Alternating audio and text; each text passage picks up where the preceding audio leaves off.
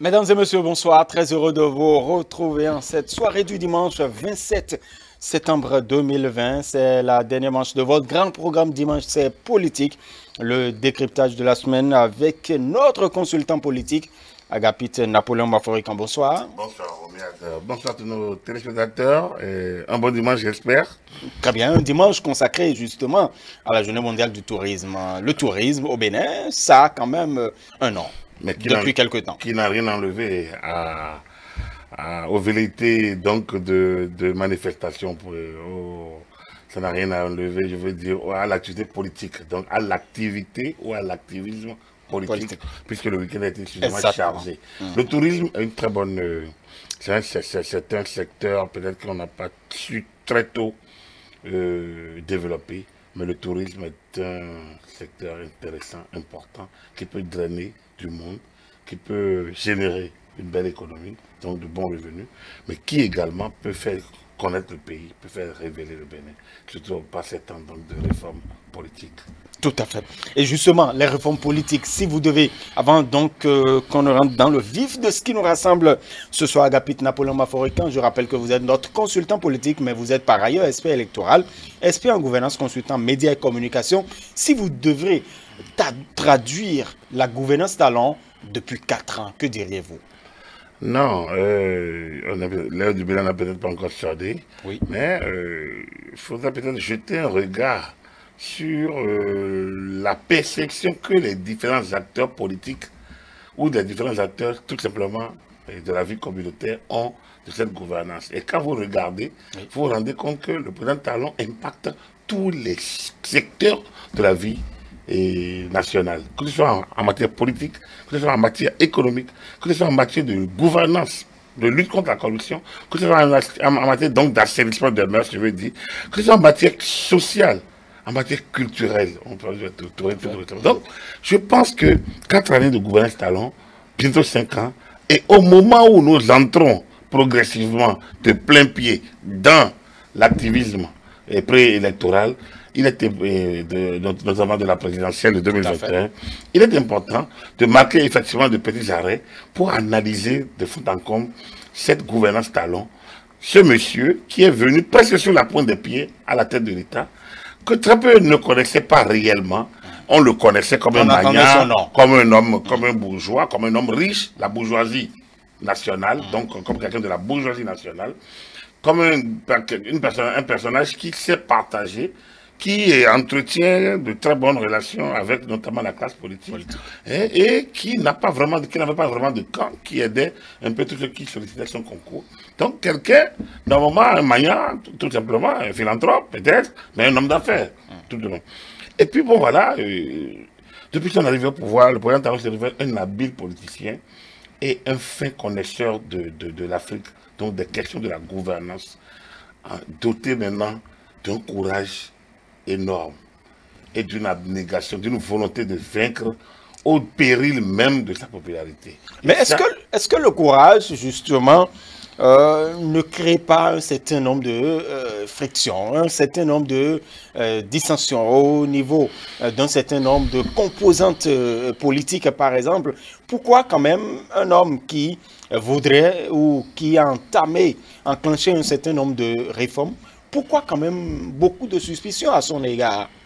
Non, on dirait que vos réponses sont dans les questions que vous posez. En fait, je sais que vous disiez, personne ne le connaissait réellement sous cet aspect d'un habile politicien, d'un fin connaisseur de la classe politique, hein, et d'un homme courageux, d'une abnégation sans pareil, d'un courage immense, hein, et porté uniquement sur les résultats. Alors donc, lorsque vous avez affaire à un tel personnage, vous êtes perdu. Surtout que vous ne le connaissiez pas comme ça. Les gens pensaient que, bon, voilà, Talon, il va venir au pouvoir, il ne sait pas comme Yahi, on peut le bleuir, on peut, voilà, la classe politique va essayer de lui en imposer. Et il s'est montré plus habile que cette même classe politique. Une classe politique désordonnée, brouillonne, hein, sans boussole, perdue, qui a appris à vivre au crochet donc des hommes d'affaires et qui n'a pas compris ce qui lui arrivait, dans la mesure où elle ne s'est pas préparée à une telle situation. Donc, ce que nous vivons aujourd'hui, lorsque vous écoutez tout à l'heure, par exemple, le leader de MPL, c'est un jeune, l'initiative de Niki, ça surpris tout le monde, mais on montre, déjà l'initiative de Niki vous montre déjà que c'est tellement mal conçu. C'était assez... C'était un cadre pour pouvoir s'exprimer quand même, pour pouvoir s'extérioriser. Oui. C'est libre, puisque nous sommes en démocratie. C'est vrai, oui, c'est vrai, mais c'était assez... Je parlais de brouillon, c'était mal préparé. À mon avis, je pense qu'on peut mieux faire, on peut se faire mieux connaître différemment.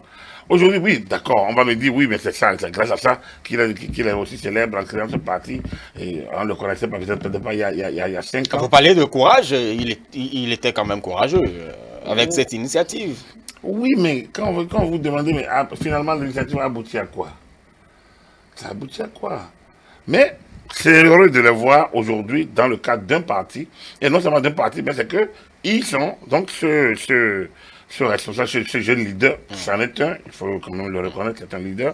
Donc ce jeune leader... Qui a dit qu'il a quand même 18 ans de vie politique. Bien, c'est ce qu'il a dit il y a 10 ans, je ne sais pas. On sait qu'il était ici ou là, mais du point de vue... Oui, il a dit 18 Présence scénique. Il a dit oui, bien 18 sûr. ans de vie politique. Oui, sous l'ombre d'autres, mais pas au-devant de la scène, sous l'ombre d'autres. Sous l'ombre d'autres. Non, le problème, ce que je veux dire, c'est que à partir du moment où il s'est exprimé, ça a déclenché tout ce que ça a déclenché. Mais après, bon, maintenant il occupe la scène. Ce qui est intéressant pour moi, ce n'est pas le passé, ce n'est pas l'initiative. C'est aujourd'hui que ces jeunes rassemblés autour du mouvement et populaire de la libération, donc MPL, que ces jeunes découvrent la vie institutionnelle et se mettent dans la dynamique d'impacter cette vie et donc d'aller à la conquête et à l'exercice du pouvoir. C'est déjà ça un objectif, c'est déjà ça un but, c'est déjà ça une ambition. Et ça, il faut saluer. Mais après, il faudrait que ce soit moins brouillon. Je reviens, que ce soit moins brouillon. Je reviens un peu là-dessus parce que, vous savez, lorsque vous écoutez un peu le langage, c'est comme si, bon voilà, on nous a empêché de faire ci, on nous empêche de faire, nous on est là pour bloquer ci, nous on est là pour empêcher de ça. Non, je pense que la vie, et dans le cadre de la réforme des partisans, c'est de dire la question, c'est pas d'empêcher, ou de bloquer, ou d'affronter. C'est de dire la question, c'est d'aller à la conquête du pouvoir. C'est de s'organiser, c'est de se bâtir, c'est d'être prompt à animer la vie politique. C'est d'être suffisamment aguerri pour impulser la nouvelle dynamique lancée par le président Talon depuis son arrivée et qui a besoin de souffle nouveau au fur et à mesure qu'on avance. C'est de se projeter dans le Bénin des 80 ans d'indépendance, des 100 ans d'indépendance. Donc, et ça mérite des gouvernants suffisamment aguerris et orientés vers le développement durable. Alors donc, les jeux, lorsque vous avez des dynamiques de type MPL, vous vous dites peut-être que ça peut provenir, l'étincelle peut venir par là, parce qu'au moins ceux-là ne drainent pas des casseroles. Il n'y a pas de casseroles, il n'y a pas de cadavres dans les placards. Après, il faudrait peut-être qu'ils s'organisent un peu mieux et surtout qu'ils respectent les institutions. Ça, c'est l'âge. Mais ceux qui sont les plus anciens, mais il y en a beaucoup qui n'étaient pas dans le cri talon, mais qui aujourd'hui font de belles expériences, font une belle expérience au niveau des deux blocs partisans, c'est-à-dire de l'Union progressiste et du bloc républicain. Ça montre quoi? Ça montre que globalement, comme on le dit, la mayonnaise a pris. Ça montre simplement que les réformes, quoi qu'on en dise aujourd'hui, sont une réalité et un grand succès. Après, il y a naturellement... Mais n'oublions pas, bien évidemment, que ces réformes ne reçoivent pas l'assentiment pour la plupart des opposants. Et là, il faut compter, puisqu'une réforme, c'est englobant. Non, Tout ce qui est nouveau crée de la zizanie dans certains camps, perturbe certains, trouble d'autres et jette le désarroi dans certains esprits. C'est normal, parce que les gens sont habitués à la vie monotone, ils sont habitués à leur confort douillet, ils sont habitués à leur résignation, ils sont habitués à la monotonie de leur vie. Donc, ils n'aiment pas que quelque chose vienne perturber leur quiétude, même si cette quiétude est synonyme de mal-être. Ils préfèrent se laisser vivre comme ça en disant, c'est le sort. Donc, lorsque même le sauveur arrive, regardez, je sais pas, au niveau de l'histoire, lorsque Jésus est arrivé, quand il prêchait la bonne nouvelle, regardez, tout ce qu'il a subi, c'était pas des gens qui ne l'aimaient pas. Le problème, c'est que les gens avaient peur pour leur confort. Ils avaient peur pour leur situation. C'est la même chose aujourd'hui. Les gens, là, le problème qui se pose, c'est que vous dites que ça n'emporte pas l'adhésion de tous. Non, ça emporte. Pour regarder l'adhésion populaire, ce n'est pas dans les grandes villes, vous regardez. Là, c'est les gens qui sont là, qui sont dans les petits calculs de leurs intérêts. Les adhésions à un système, c'est au niveau des localités. Allez dans nos communes et regardez si les communes n'adhèrent pas. Allez, tout ce qui s'est passé en 2019, pour empêcher le système d'avancer, pour bloquer les réformes. Et malgré ça, le pays a tourné normalement parce que les réformes ont reçu l'adhésion des populations. Après, c'est tout à fait normal que quelques rares qui n'ont pas l'adhésion utilisent les moyens de bord pour se faire mieux entendre parce que ça fait partie aussi de leur prébande. Ils ont besoin de ça pour subsister. Sans ça, ils ne recevront rien. Et sans ça, ils peuvent mourir de chagrin, enfin, de faim, enfin, je veux dire quoi. Si les réformes devraient nous permettre d'amorcer le développement et c'était bien clair, je crois que ce serait bien difficile quand même aux opposants d'exprimer un certain nombre de ressentiments, des ressentiments portant des empreintes négatives par exemple. Lesquels? Oui, parce que justement, les opposants trouvent que la mise en œuvre de la réforme pose problème, ça fait que des élections ne sont pas ouvertes par exemple. Quelle élection est fermée? Est-ce que depuis que le président Talon est là, on a fait des élections, les législatives et les communales, quelle élection a été fermée? À qui? Vous voyez, et c'est là l'autre versant de l'affaire. Les gens répètent les mêmes choses. Et afin de les répéter, je paraphraserai Zissou, le fait de répéter le même mensonge ne le transforme pas en vérité. Parce qu'il y a toujours des gens qui vont leur rappeler que c'est du mensonge. Quand les gens disent on nous a empêchés, on ne voulait pas de nous, on nous a... Mais qui a empêché qui? Mais la loi est là. On dit les conditions pour aller aux élections. Si vous ne remplissez pas ces conditions, vous ne pouvez pas dire que vous allez aux élections. Donc ceux qui pensent qu'on les a empêchés, je pense que le fait que c'est une injure au peuple de continuer à dire ces choses-là. Parce que toutes les conditions avaient été mises en place pour qu'ils aillent aux élections. Les réformes, c'est des réformes participatives. Il y a eu des séminaires. Il y a des lives de live discussions. Donc ces réformes ne sont pas venues comme un épée de Damoclès sur la tête des gens. Le diagnostic a été fait par tous, qu'on ne pouvait plus continuer avec ce système partisan. Le diagnostic a été fait par tous, qu'on ne pouvait plus ne pas jeter un regard du côté de mode d'organisation de nos élections. Notamment, la pléthore de candidatures que nous recevons a besoin donc d'être jugulé. Et jugulé, on sortait des palliatifs, comme le recueil de signatures, comme le parrainage d'élus, comme la hausse de la caution pour être candidat. Donc, tout ça a été tenté. Et puis, entre-temps, il y a eu les réformes politiques, il y a eu le dialogue politique qui a permis donc de changer un peu. Le dialogue a permis de remettre certaines choses à plat, certaines dispositions de la loi, des lois de 2018 sur les réformes politiques ont été retouchées. Et donc, mais lorsqu'on a fait tout ça, on se demande encore quel est le problème aujourd'hui pour que ça se crispe ici et là. Les démocrates, on leur notifie des irrégularités et ils pensent que c'est le gouvernement, que c'est l'officiel qui est en faute. Les autres, de l'autre côté, les gens pensent que certains se sont livrés pieds et mains liés au pouvoir, ils sont l'opposition du pouvoir, ils sont le bloc du pouvoir, ils sont ceci, ça. Mais ça ne permet pas d'aller de l'avant. Et ça, on dirait que les gens s'entendent pour distiller dans l'opinion des contre-vérités, mais de manière constante, pour que cela crée de doute et le discrédit, enfin, de doute dans les esprits et jette le discrédit sur ce que je fais dans le pays. Mais mieux, Agapit Napoléon Maforet, quand au-delà des politiques, il y a, c'est vrai que on pourrait quand même se référer à son parcours politique précédemment, mais aujourd'hui, il a initié un dialogue itinérant et il aborde la même posture aujourd'hui avec donc les opposants qui se retrouvent dans les démocrates, qui se retrouvent un peu partout. Je voudrais parler du professeur Joël Aïvor. C'est vrai que pour vous, il faut faire la démarcation entre la société scientifique et puis l'univers politique. Oui, en fait, ce dont il est question, je n'ai pas envie qu'on revienne sur le professeur Aïvor qui expérimente son projet, mais il faudrait qu'on voit dans quelle mesure on peut s'entendre sur un certain nombre de formats quand même. Parce que ce qui dérange aujourd'hui, c'est que dans le méli-mélo qu'on constate, chacun porte son monologue en lui, utilise ses canaux pour en faire écho, et essaye d'appâter certains esprits fragiles. Et là donc, on a l'impression qu'il y a un problème au Bénin. Il n'y a pas de problème. Et moi, j'ai vu au Bénin, on a des difficultés de tous les jours.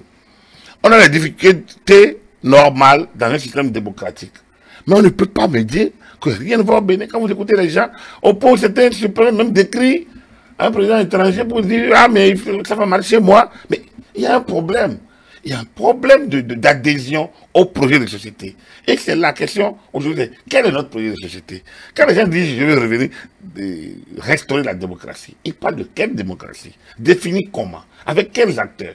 Sur la base de quel capital confiance? Alors si on n'a pas réglé cette question, comment voulez-vous que l'édifice soit suffisamment solide pour ne pas être détruit par des vérités extérieures? Voilà le problème tel qu'il se pose. Et qui prend la responsabilité de régler ces problèmes? La classe, toute la classe, je ne vais pas dire politique nationale, c'est l'intelligentsia nationale. Ça voudrait signifier que devrions-nous aller à un autre cadre national?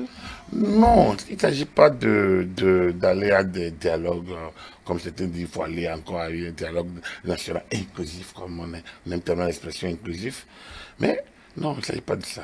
Il s'agit pour chaque acteur, que ce soit politique, en droit, chaque acteur de la vie publique, de s'ouvrir, d'ouvrir son cœur à l'autre. Et c'est ça que nous n'avons pas.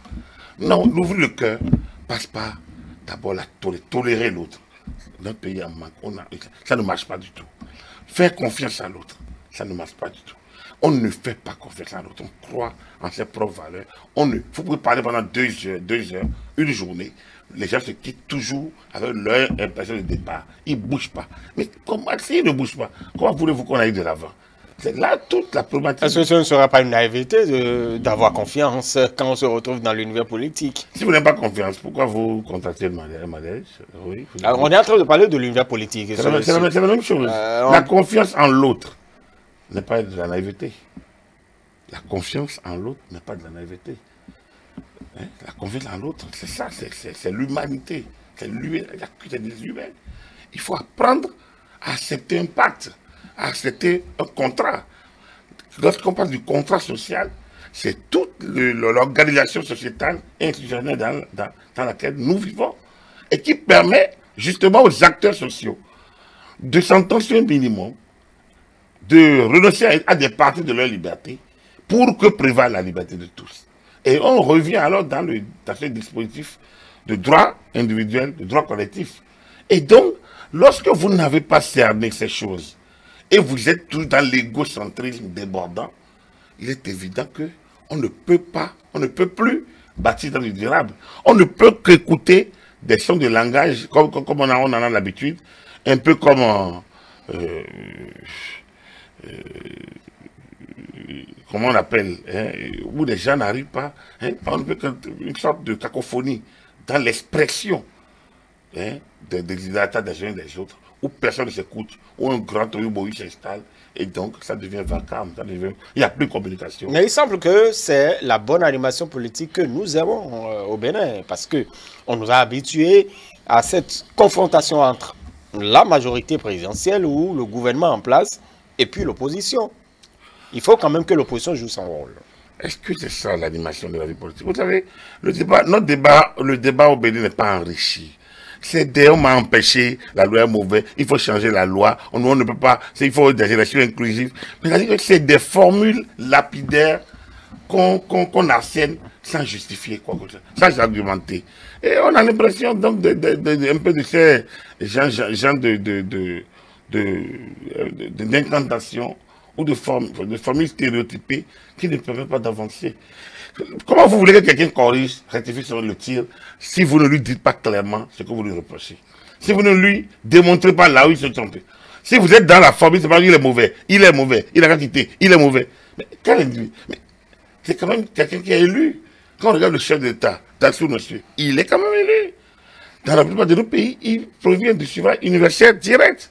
Donc il y a une capitale confiance que le peuple lui a apportée et que la classe politique ou l'intelligentsia ne peut pas se permettre, que l'intelligentsia ne doit pas se permettre, ne peut pas se permettre d'arracher. Parce que l'intelligentsia ne représente pas le peuple. C'est peut-être la partie qualité du peuple en termes de représentativité. Mais elle n'est pas encore représentative. Elle n'a pas encore reçu mandat.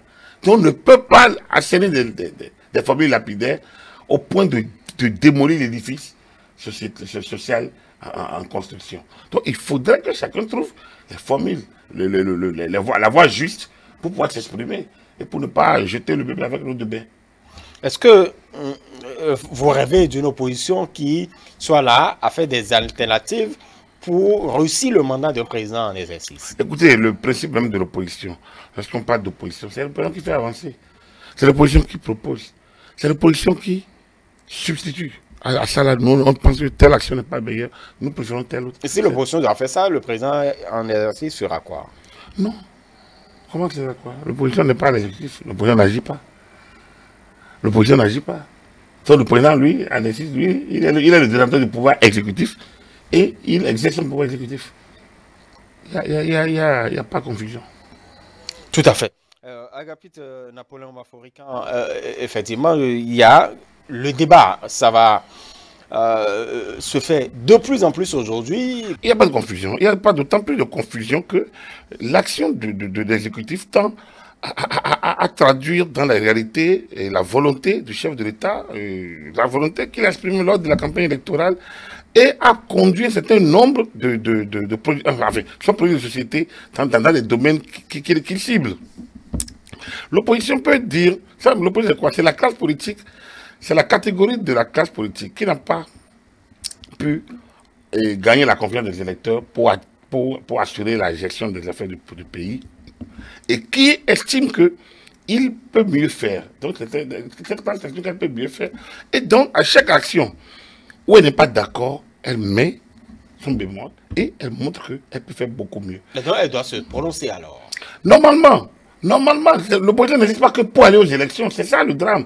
Nous, tous nos cieux, on ne conçoit l'opposition que pour contrecarrer, pour critiquer, pour dénoncer.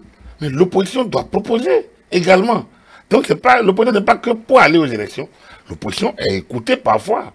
Et c'est bien que dans les réformes politiques, il y a le statut de l'opposition, il y a le financement des partis politiques, il y a le statut de l'opposition qu'on avait, mais qui n'a jamais été mis en application et sur lequel qu'il faut expérimenter.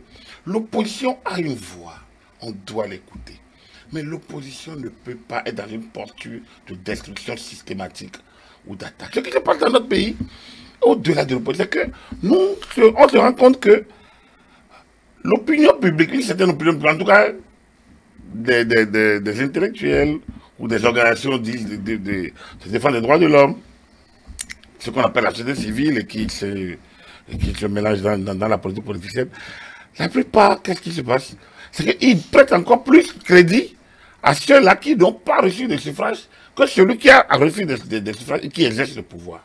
Non, là, ça devient le système est renversé. Bon, très souvent, vous savez, on pense que les officiels, ou vous savez, on nous a appris également les sous-officiels, et on nous disait à l'école de journalisme, il faut s'en méfier. Voilà, donc les sous-officiels, très souvent, bon, la vérité est glissante, on glisse très souvent sur la vérité. Non, ce dont il est question, je reviens là-dessus, c'est qu'il faudrait on puisse remettre les choses à l'endroit. Celui qui a fait campagne électorale, qui est élu, a un mandat. Et il est élu sur la base d'un projet de société. Qu'on le laisse travailler. Qu'on ne pense pas que son travail doit emporter l'adhésion de tout le monde. C'est le peuple souverain qui apprécie ce travail. Et il l'apprécie lors des élections qui suivent. Donc, maintenant, après, chacun peut donner son avis là-dessus. Mais les actions, parce que certains se disent, on est les intellectuels, nous détenons les moyens de ci, de ça, parce que si 1 ou 2% de la population qui est l'intellectuel, qui constitue l'administration, se met à bloquer l'appareil, comme on l'a connu il n'y a pas encore trop longtemps, mais ils soumettent tous les autres à leur désiderata, à leur dictat, alors qu'ils ne sont pas les plus nombreux. Ça pose un problème. Donc, beaucoup reprochent au président Talon les lois anti-grève. Mais non, tout le monde déplorait la manière dont les grèves se faisaient. Et qui profite aujourd'hui de l'absence des grèves? Ce n'est pas le président Talon. C'est plutôt nos parents. C'est plutôt nos enfants. C'est les hôpitaux qui tournent. C'est l'école qui finit. Les opposants trouvent que, au lieu de procéder à effectivement, un encadrement, donc 10 jours consacrés à cela, au lieu d'y aller comme ça, on pourrait penser peut-être à instaurer un vrai dialogue entre syndicats et puis gouvernement. Ah, le moins sortir le dialogue. Mais il y a un conseil national du dialogue social. Il y a un conseil qui existe. Mais pour dialoguer, il faut être deux. Je vous ai dit, le drame chez nous, c'est que on adore se murer dans un monologue, dans le monologue institutionnel. Dans le monologue ambiant, un monologue notoire, un monologue... Pas prêt à s'interposer. Pas prêt à s'interposer, oui. Même lorsque vous mettez 2-3 personnes sur ce plateau, ils parlent. On n'a pas l'impression qu'ils écoutent. Ils sont dans le monologue. Vous devez faire 2 heures de débat. Quand le gars, il quitte le bureau, il quitte votre studio, plus que jamais convaincu que c'est lui qui a raison, beaucoup plus encore au moment où il rentre dans le studio. Et pourtant, il n'a pas écouté l'autre. Il n'a pas écouté l'autre. Si on a envie de bâtir une société dynamique, on doit développer le sens de l'écoute de l'autre. La tolérance, l'acceptation de l'autre dans les vérités qui sont, même si on n'est pas d'accord avec ces vérités-là. On peut les laisser au moins parler et l'écouter. On peut laisser les gouvernants, ceux qui reçoivent mandat, agir. Et ouais, aujourd'hui, quand vous voyez le président, il va faire le tour. Ouais, le président a la possibilité de tourner dans le pays, de dire ce qui ne va pas, de dire comment elle entend faire. Pourquoi si demain, le peuple lui donne ce suffrage, pour qu'on puisse également lui demander de la réduction des comptes. Parce que le président aurait pris des engagements à ce niveau-là. Nous devons essayer d'organiser tout petit peu le mode opératoire. Sinon, ça donne l'impression d'une cacophonie. De toute façon, à moins de 8 mois de la présidentielle, on entend plus l'opposition maintenant que jamais. Vous savez, les récriminations, ça porte dessus l'état de droit, la restauration de la démocratie et le principe de parrainage. C'est essentiel, c'est l'une des conditionnalités les plus essentielles pour la prochaine présidentielle, Agapit Napoléon Mafoureka. Oui, on a l'habitude d'aller chercher des petits mots par-ci par-là pour pouvoir animer la période qui précède la période électorale elle-même. On a l'habitude, c'est quand même dommage. Parce que le parrainage, on ne va pas passer tous les soirs à parler du parrainage. Le parrainage, c'est nouveau et ça bouscule les habitudes. C'est normal, mais c'est pas juste nouveau que nous devons l'expérimenter pour voir est-ce que ça nous répond à nos attentes. C'est ça. On ne peut pas, à chaque action qu'on démarre, le bloquer. Je vous ai dit en 2010, les lois sur le COS-LEPI, les lois sur la liste électorale informatisée ont été votées. Et dès que les premières actions de mise en œuvre de cette loi ont commencé, dans le cadre de leur intégration, en tout cas dans le cadre donc, de l'utilisation de la liste électorale de la LEPI pour la présidentielle de 2011, mais c'est la zizanie, c'est le tollé. C'est la remise en cause, tout le monde. Et l'Assemblée a laissé voter une loi portant abrogation de cette loi-là. Une loi qui n'a pas déjà été réellement expérimentée. On l'a déjà abrogée. Et heureusement que la Cour constitutionnelle a fait au gré. En disant non, pas question. On ira à l'élection présidentielle sur la base donc, de la LEPI. Pour qu'on attaque la cour Robert dessous, la cour dessous, la cour dessous. Mais au moins cette cour-là, en ce moment-là, a dit du droit. En tout cas, non, ce n'est pas du droit, c'est beaucoup plus la régulation de la vie politique. Et a fait une belle régulation, parce que ça a permis d'avancer. Et là, c'est la même chose qu'on constate aujourd'hui. Dès qu'une disposition nouvelle est votée, il y a toujours, un peu comme des enfants tarés de la classe, il y a toujours des gens qui attendent. Ils disent rien lorsque le débat est en cours, ils disent rien lorsque la loi est votée, ils disent rien lorsque la loi est promulguée, publiée. Et ils se réveillent subitement pour dire, mais est-ce que la il y a des dispositifs chrysogènes, et les élections sont fermées, il faut ouvrir les élections. Est-ce que la spécificité, en ce qui concerne cette loi qui évoque un peu le parrainage, par exemple, est-ce que c'est parce que, bon, le débat s'est déroulé dans les 4 murs de l'hémicycle, on en a, parce que d'aucuns estiment que ça devrait être un débat national, ça devrait recueillir le consensus. Non, aucune démocratie ne fonctionne de cette manière-là. Nous sommes dans une démocratie représentative. Hein. On n'est pas dans la démocratie directe, ce qui d'ailleurs relève de l'utopie. On est dans une démocratie représentative. Il n'y a pas un débat, un truc qui relève d'un débat particulier. Le peuple exerce son pouvoir à travers ses représentants élus. Rien que cette fois suffit. C'est les intérêts qui créent la confusion. Lorsqu'on dit le peuple exerce sa souveraineté à travers ses représentants élus, on a réglé le problème. Quel débat vous voulez faire avec qui? Les candidats députés ont valeur du peuple. Les candidats députés, leur action faut action du peuple. Parce qu'ils ont reçu mandat pour le faire. C'est ça la démocratie. Donc, quel débat vous allez faire avec qui? On a créé des diablotés de type consensus à valeur constitutionnelle, mais c'est du bavardage. C'est du bavardage. C'est quoi consensus à valeur constitutionnelle? Le consensus, c'est quand lorsque on s'est entendu pour voter la Constitution. Mais la Constitution a prévu les conditions de son amendement. Après, on a créé une constitution à valeur constitutionnelle, créé une confusion. Et heureusement que la même Cour qui a parlé de constitution à valeur constitutionnelle est revenue pour dire que le consensus n'est pas l'unanimisme. Heureusement. Mais très peu de personnes font recours à cette décision-là. Parce qu'on pense qu'il faut faire pas de débat, on s'est enfermé, c'est resté dans les 4 cours de l'hémicycle. Mais la loi se vote à l'Assemblée nationale. La loi n'est pas votée sur la place publique ni sur les réseaux sociaux. La loi, c'est à l'Assemblée nationale. C'est les députés qui votent la loi. Donc, c'est justement dans les murs de l'Assemblée nationale que le débat parlementaire se fait. Donc, de quoi on a peur? Pourquoi on veut revenir sur les formats? Du coup, il faut bien qu'on explique alors quel est le format accepté pour qu'on puisse au moins se suivre. J'ai l'impression qu'on remet tout en débat, on refuse tout, on critique tout, et finalement on se dit, mais quel est le modèle? Robert, oui. Quel est le modèle? À 8 mois de la présidentielle, on ne connaît même pas les grandes questions qui doivent animer le débat politique. Ce n'est pas le pouvoir qui va le faire. Il faut penser d'abord à sa candidature. Parce que, bon, si vous n'êtes pas candidat... Parce que vous êtes individu. Si c'était un appareil qui vous propose, vous n'avez pas à penser à votre candidature. L'appareil propose ceux ou celles qui ont le mérite, qui ont la carrure, qui ont la posture pour exercer la fonction. Ce n'est pas vous. C'est parce que nous sommes également dans ce schéma où chaque individu se mire le matin en disant, mais j'ai quand même une belle tête, ah, mais j'ai quand même une belle gueule, ah, mais est-ce que c'est... Regardez comment je suis beau, mais comment je peux faire un président de la République? Mais la fonction vaut mieux que ça. La fonction vaut mieux. Ce n'est pas de vous mirer, de dire je peux faire président. La fonction vaut beaucoup mieux. Vous pensez qu'il y a des citoyens qui le font comme ça? Il y a beaucoup de rigolos. Ce n'est pas qu'au Bénin. Il y en a.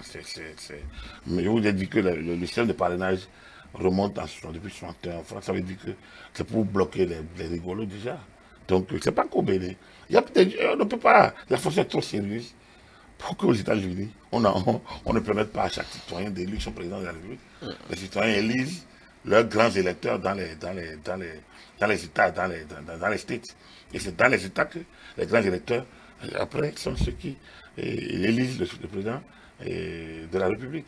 Donc, c'est pour dire qu'en réalité, les systèmes varient selon les pays et témoignent donc de la dynamique que le pays a envie d'impulser à sa démocratie, à sa vie institutionnelle. Alors, on doit apprendre à maîtriser, à connaître nos lois, à nous les approprier, et à faire leur expérience, à subir parfois leur rigueur. Et c'est ça qui renforce la pratique démocratique, la pratique institutionnelle. Mais lorsque, à la moindre difficulté, on détale tel un poltron, comment vous voulez qu'on vous fasse confiance? Voilà le problème qui se pose. Donc, l'opposition, oui, peut exister. L'opposition a le devoir d'apprendre à ses militants à accepter. Lorsqu'on j'entends, ah non, non, le récépissé est un droit. J'entends des juristes. Mais c'est quand même un droit, bien évidemment. J'entends des juristes confirmer, le sortir, comme si un droit, qui a dit que ce n'était pas un droit? Voilà la question. Donc personne n'a dit que c'était. Peut-être qu'ils ont tendance à voir que, bon, voilà, ce droit-là semble ne plus l'être, parce que quand nous déposons les dossiers, il y a tout un arsenal autour pour nous empêcher de l'avoir. C'est la confusion, ça. C'est de cette confusion que nous parlons. Lorsqu'on parle de droit, ça n'empêche pas qu'il y ait des obligations liées à la jouissance de ce droit. Il n'y a pas un droit aussi ouvert que ça. Il n'y a pas un droit aussi ouvert. Même le droit à la vie, donne quoi de débat. Sur l'euthanasie, par exemple. Sur l'interruption volontaire de grossesse, par exemple. Par exemple. C'est pour dire qu'il n'y a pas un seul droit qui ne mérite pas, qui est aussi fermé ou ouvert au point de ne pas avoir de balise. Donc, nous devons apprendre à accepter le modèle. En disant, mais quel est le modèle? Oh, ici, en Afrique, lorsque les réflexions pré-législatives se lancent, vous allez voir très peu de pédagognes qui participent. Mais une fois la loi votée, tant qu'ils ne voient pas que ça va s'opposer à eux, ils se taisent. C'est quand ils ont fait leur calcul et se rendent compte que, ils n'arrivent pas à accrocher quelque chose qu'ils commencent à crier. Et autour d'eux, il y a des gens qui peut-être perdent, n'ont pas grand-chose à faire parce que c'est la crise qui les nourrit eux. Eux-mêmes, ils rentrent dedans et ça crée le vacarme auquel nous sommes habitués. Non, nous devons exercer. Moi, je pense que pour que notre vie politique soit plus assainie, et j'espère bien que le président Talon, peut-être pendant cette anniversaire, ou les députés prendront l'initiative d'opposer à tout acteur de la vie politique qui demande un mandat, et qui sollicite un mandat du peuple, de signer une charte d'adhésion à la vie institutionnelle, une charte de respect de nos institutions. Doit signer, prendre un engagement que oui, je suis candidat, nos institutions sont nos lois sont immuables, nos lois sont les lois sacrées.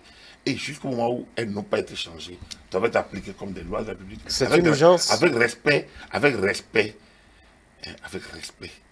et dévotion même. Parce que quand vous écoutez... Quelle est la pertinence quand on sait que, voilà, un kidam, ou du moins un acteur politique, peut-être, ça dépend du camp dans lequel il se trouve, il peut trouver que telle institution ne le favorise pas. Est-ce que c'est un problème? Critiquer une institution n'est pas dire de ne pas le respecter. On peut critiquer une décision d'une institution. Mais on ne peut pas vouer l'institution hégémonie. On ne peut pas injurier les gens, on ne peut pas banaliser, on ne peut pas galvauder. On ne peut pas dire n'importe quoi, salir les gens, atteindre à leur honorabilité. Non. On ne peut pas, par exemple, dire je ne crois pas à telle institution de mon pays. Je n'ai pas confiance à telle. On ne doit pas.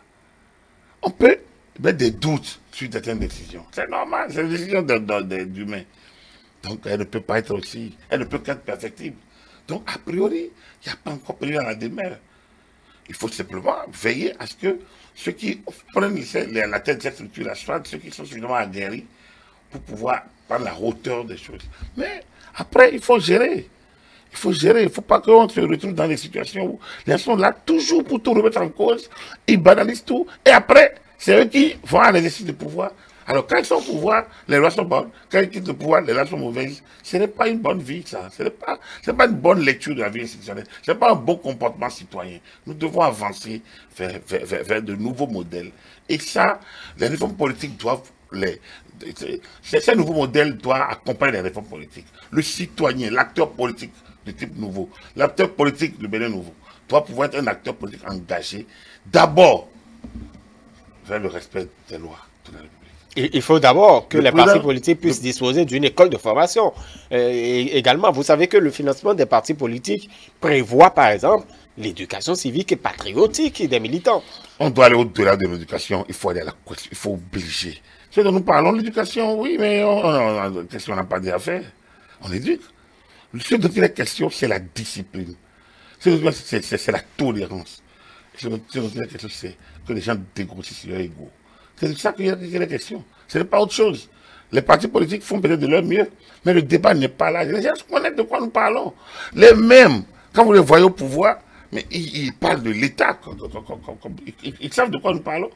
C'est que quand ils sont dans l'opposition maintenant, ils n'ont pas les mêmes âmes comme le pouvoir. Et puisqu'ils ont besoin nécessairement d'avoir de l'espace, alors ils créent n'importe quoi, n'importe où, n'importe comment, quitte à laisser subsister un vacarme assourdissant, donc qui ne profite à personne.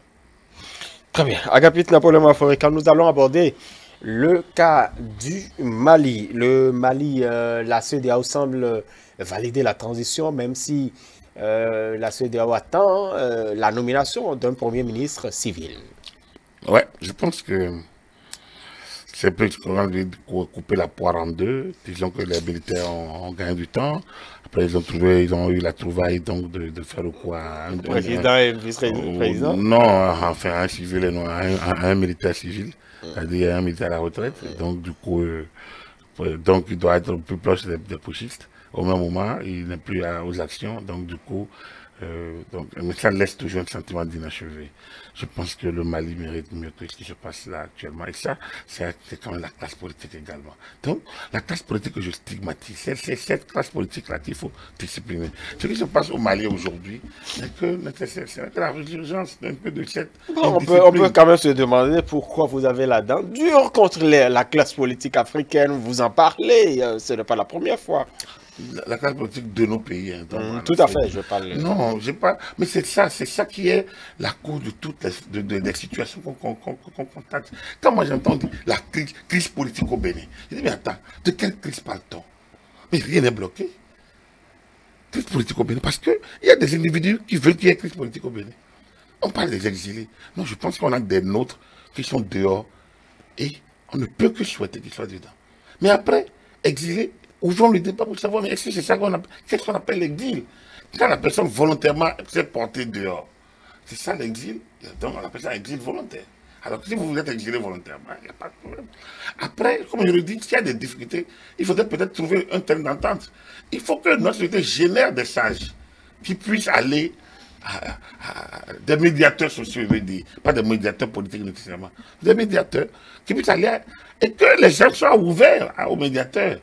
Parce que ce qui se passe, où on te convoque et tu disparais en disant que tu es menacé et que le pouvoir, c'est trop facile lorsque tu as géré les affaires du pays. C'est trop facile. Et la plupart de ceux dont nous parlons, c'est eux. Donc, pour les autres, il faut peut-être trouver le bon moment, il faut peut-être continuer à dialoguer, voir autour des enfin, surtout qu'ils ont été, enfin, les gens étaient un peu plus proches avant, il faut trouver le mécanisme. Mais, comme je l'ai dit, une gouvernance, enfin, la vie ensemble crée toujours ces frictions-là. Il faut que des gens soient là pour aider à les gérer. Mais c'est pas ça qui fait qu'on me dit qu'au Bénin, ça ne va pas. Il y a crise au Bénin, c'est pas possible. Et les gens essayent de dramatiser au point de ternir l'image. Non. Vous avez écouté la secrétaire générale de l'Organisation internationale de la francophonie. Elle est sidérée par ce qui se passe. Vous avez écouté M. Chaka, Koulibaly, en fait de mission de l'Organisation des Nations Unies. Au Bénin, le Bénin avance. Mais il n'y a que les Béninois qui voient que le Bénin n'avance pas. C'est dommage. C'est bien dommage.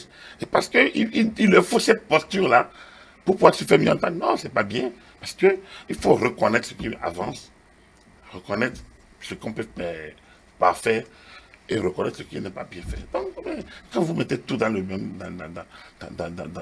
dans le même moule, ça ne va pas. Donc, au niveau du Mali, oui, disons, bon, pour moi, c'est des progrès minima. C'est dommage qu'on en arrive là. Et c'est peut-être souhaitable que ce soit la dernière remise en cause, que très tôt le Mali quitte la transition et entre dans un système plus cohérent. Et de toute façon, là, ceux de AO exigent d'abord la nomination la désignation d'un premier ministre avant la levée de toute sanction. Et donc, le Mali est toujours isolé quand même. Oui, bien sûr, mais il faut qu'il déroge à ces injonctions. Il faut qu'il déroge, il faut qu'il y ait un premier ministre. Ce n'est pas la chaîne de transition. C'est si difficile d'avoir un premier ministre. Non, il gagne du temps, comme je vous l'ai dit. Les militaires gagnent du temps, toujours. Ils gagnent du temps et ils ne finiront pas devenir premier ministre. Voilà. Tout simplement. Et la Côte d'Ivoire, bon, tout se passe quand même. La Cour africaine vient encore d'ordonner à la Côte d'Ivoire, aux autorités de la Côte d'Ivoire, d'intégrer Laurent Gbagbo dans le processus électoral. J'espère qu'il ne lui arrivera pas de demander qu'on exhume les morts et qu'on les intègre dans le fichier électoral en leur ménageant un espace pour qu'ils aillent à la présidentielle. Je pense qu'il y a assez de... Pourquoi nos États fragilisent quand même nos instruments? Parce que apparemment la Cour donne des verdicts, personne ne respecte. Est-ce que le rôle de la Cour, c'est de s'immiscer dans le débat électoral? La Cour peut délibérer, la Cour des droits de l'homme peut délibérer sainement, sans jouer la course. On a l'impression que cette Cour, surtout ceux qui sont là aujourd'hui, joue la course. C'est-à-dire qu'ils regardent le timing politique et ils sortent des décisions à l'emporte-pièce, mal motivées. Un peu comme parce qu'ils ont ce pouvoir, ils vont le faire. Mais personne, les États sont au-delà de tout souverains. Au-delà de tout, les États sont souverains. Donc, cette Cour, à mon avis, va dans tous les sens et n'arrive plus à se faire comprendre. Moi, je ne lis plus. Il y a plus. Ces décisions ne sont plus lisibles parce que confuses et, à mon avis, très arbitraires. Voilà. Très bien. Merci beaucoup à vous, Agapit Napoléon Maforika. Vous êtes notre consultant politique, vous êtes par ailleurs expert électoral, expert en gouvernance, consultant médias et communication. Merci pour cette disponibilité. Mesdames et messieurs, merci donc de nous avoir suivis. C'était le décryptage de la semaine. Merci pour votre fidélité renouvelée donc au programme de ETélé que vous suivez sur nos canaux digitaux. Vous avez notre chaîne YouTube ETélé Bénin, la page Facebook c'est ETélé Live. Et puis, bien évidemment, vous avez le www.etelebénin.com, sans oublier notre application que vous pouvez télécharger sur Play Store et sur App Store. Il s'agit de ETélé Bénin. Vous suivrez après nous votre tranche Nguyen Bassa, c'est avec Dasogyo. Bien évidemment, agréable suite donc de soirée à chacun et à tous. On a pas combien?